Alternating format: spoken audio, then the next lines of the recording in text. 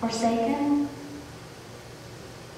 I've known what it means to be forsaken, but at least I deserved it, not like him. I first felt the sting of rejection from my father. He divorced my mother and I when I was only 4 years old. You wouldn't think a child so young could understand rejection, but I did. I understood that we did something that turned his devotion into hatred. And to this day, I don't know what it was that we did to anger him so. All I knew is that he left us. And my mother decided to drown her sorrows in cheap wine from the day he left us until the day she died. I've known what it means to be forsaken. And as I grew older, I found that some men were paying for my attention. And the more attention I gave them, the more my pay would be. Of course, it was always in secret to protect their reputations, their precious reputations.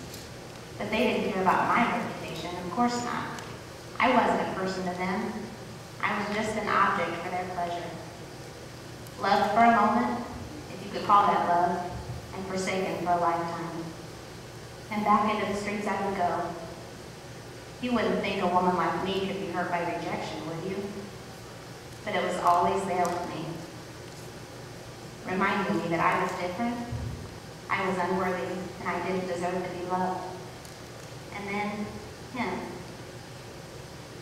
I had been caught. How it happened, I don't know, but someone caught me with a merry band.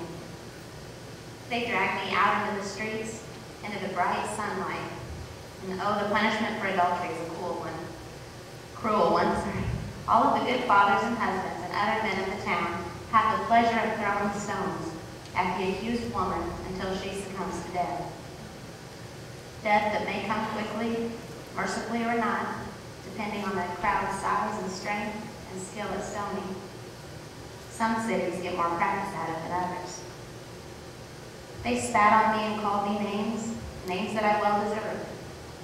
Then they brought me before this man, this Jesus, whom they laughingly called teacher, and they accused me of my crime. Teacher, they said, this woman was caught in the very act of adultery. In the law, Moses commands us to stone such women. What do you say? Their fiery eyes and the cruel edge of their voices revealed that they were not just accusing me of adultery. Something told me that they were accusing the man I stood in judgment before as well. My eyes swam in tears. It was difficult to breathe and my hands were sweating in evidence of my rightful condemnation. And now a judge is usually a man who sits in a high seat before the accused, handing down a decree of punishment for their various crimes.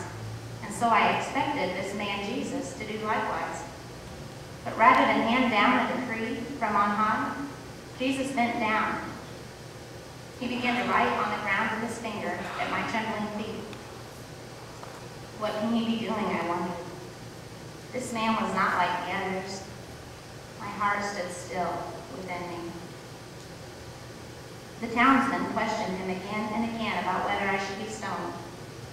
That's when Jesus stood and handed down the decree. His eyes were not like the blazing eyes of angry men, clutching my arm and thrusting me before my judge. His eyes were firm in their gaze and full of wisdom and truth. And in that moment, I knew that whatever he decreed against me would be right. When he spoke, his voice was bold and strong, but without anger. If any one of you is without sin, he said, let him be the first to throw a stone. I closed my eyes and braced myself for the onslaught. I didn't dare to look. I had seen women be stoned before and pray that my death would come quickly. And after a time, a cool breeze ruffled my hair and refreshed my lungs, giving me the courage to open my eyes at last. And they were gone. The whole crowd was gone. And I found myself standing alone before Jesus. And he smiled at me, and not the way the other men smiled at me, but his expression was, how can I explain it? It was as if I was looking into the eyes of love for the first time in my life. Then he spoke to me. His voice was like music, the sweetest melody I had ever heard. Woman, where are they? Has no one condemned you? And I could only manage a whisper. No one, sir. Then neither do I condemn you. Go now and leave your life of sin. I was free.